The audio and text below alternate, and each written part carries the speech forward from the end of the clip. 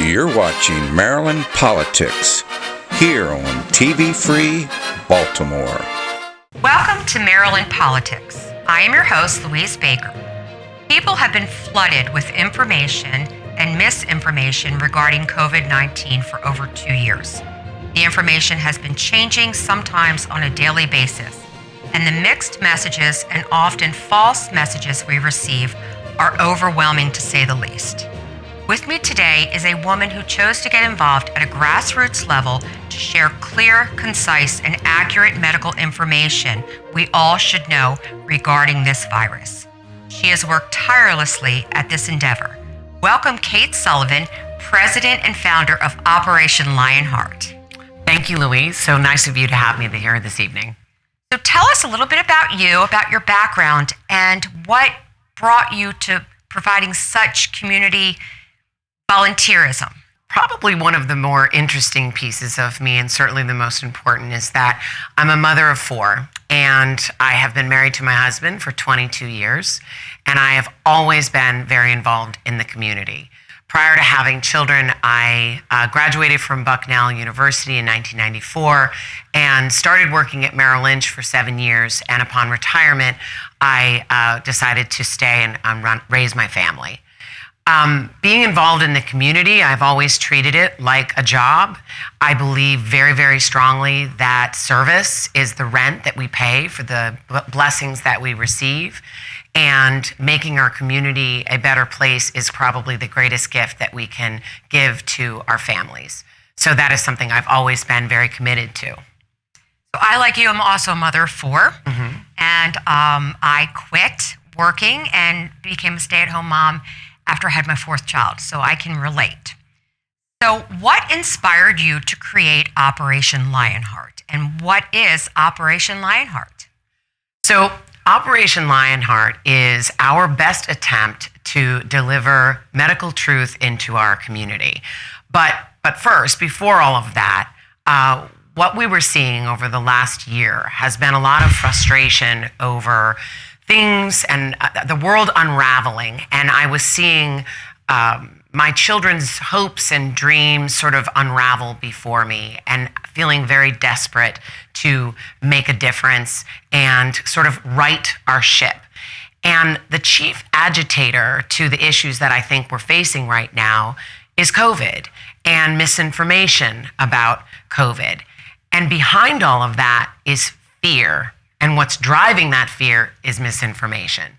So we felt very strongly that if we could circumnavigate the mainstream media, which we feel is driving that fear and driving that misinformation, if we could circumnavigate that mainstream media and help contribute to the correct narrative by delivering truth via a flyer with great, well-sourced information, and also a social media campaign which would drive curiosity about the truth behind COVID and early treatment and why masks are, on the large part, ineffective, and vaccines, etc. So we decided all together to create a flyer that we could deliver to the public, to the community directly.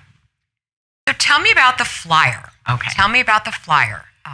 And the flyer, how that works, the nuts and bolts of the flyer. Yes, so I have been connected over the course of the last years to just tremendous people through the Patriot Club, through Republican Women's Club, even the Maryland GOP, the Baltimore Central Committee, and opening up so many resources to understand the truth. And also connecting with so many great patriots who are so knowledgeable and understand what is, in fact, the proper understanding of COVID, and the idea that you don't need to be fearful of it. It is very real. It is a virus that is harmful to people, but if you handle it and you understand it the right way, then you don't need to be fearful of it. So we gathered together. We actually spent about 2 weeks gathering information. We were very committed to meeting people who might be skeptics where they are. We are using CDC data, NIH. We're using very well-sourced documents and data to create the flyer in a very easy to understand. My sister is a graphic designer. She's a very talented graphic designer. So she was able to put the information in a way that I believe was easy to understand, and people could really get straight to the nuts and bolts of COVID and what they need to know to not live in fear. Question, you chose the color orange, Yes. and you chose Valentine's Day as Yes. your launching date. Yes. Why did you choose orange, and why did you choose that day? Well, orange is the color of caution, and we want people to slow down and think for themselves. That is really one of the most important drivers of Operation Lionheart, is that we want people to take the time to think about the world around them and the things that are happening to them. So if we use that color orange, it's also bright, and you can see it. I had sort of a vision of seeing it on flyers, seeing it on cars in parking lots. So I liked that. Now, we chose Valentine's Day because we love our country, and that was our Valentine to our country, was to deliver medical truth to our community. That's sweet. I like that. So, what has been the community's response to finding these flyers on their cars? Have it been a welcome response? Have there been pushback? I'm really curious about that. Yes. So very interestingly, I expected to get a lot of pushback, and I braced myself for being attacked, which is what I've heard happens and all of that. I have not personally received that. Now, that said, when we are in the parking lot putting the flyers on the cars, yes, after about 15 minutes, things start to get agitated and people come out and they sort of shoo us away. But as far as me personally, it has been overwhelming, and in fact been the most gratifying piece, surprisingly the most gratifying piece, because I have received emails, countless emails of people emailing me saying, oh my gosh, I can't believe there are other people that think like this. They have found our Telegram page. It has been something that I had hoped would happen, to connect people together so we can all then fight alongside each other. And that has actually been something that's happened from the Operation Lionheart. How many soldiers do you think you have under you in Operation Lionheart? Oh my gosh. That's a good question. I can say that there was a good 30 of us, that this was a very collaborative effort. I mean, I wish I could name all the women. We met 2 Wednesdays Zoom call. Everyone gave us their best COVID facts, their best, early treatment, the best data to represent. There was about a solid 30 of us. But it has grown. I have a woman who contacted me from Alabama, a woman who contacted me from California, Texas, Vermont.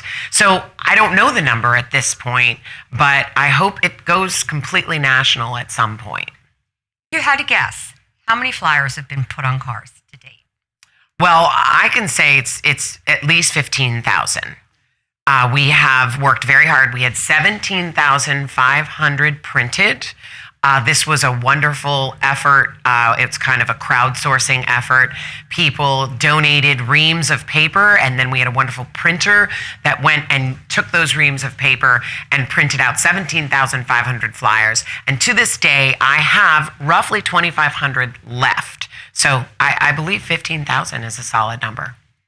So what if anybody watching would want to get involved with Operation Lionheart? How could they make that happen? Without a doubt, the best way to get involved is to find us on Telegram. We're Operation Lionheart, very easy to find. We have a Telegram channel. And if you really, really want to know much, much more and receive all our materials, we'll send you a PDF of the flyer. We'll send you our logo and the orange square. I have not mentioned yet, we have a social media campaign that posts on social media our orange square with prescribed hashtags. We can send those to you. And the best way to do that is to email Operation Lionheart, all one word, Operation Lionheart @protonmail.com. So what would you like to just leave our viewers with? What would be a final closing statement that you'd like to leave behind? Not to live in fear, and know that there are so many good patriots out there. I have spent the last year meeting so many people that are fighting alongside each other. There are so many fights in so little time, but there are good people fighting, and I really do believe that with all this good effort and movements like Operation Lionheart, we will move the needle in the right direction. Thank you so much for being here. Thank you. And thank you, TV Free Baltimore, for this opportunity. Thank you, Tien Langley, our executive producer, for doing an amazing job. Stay safe, take care. Please join us for our next interview. Bye.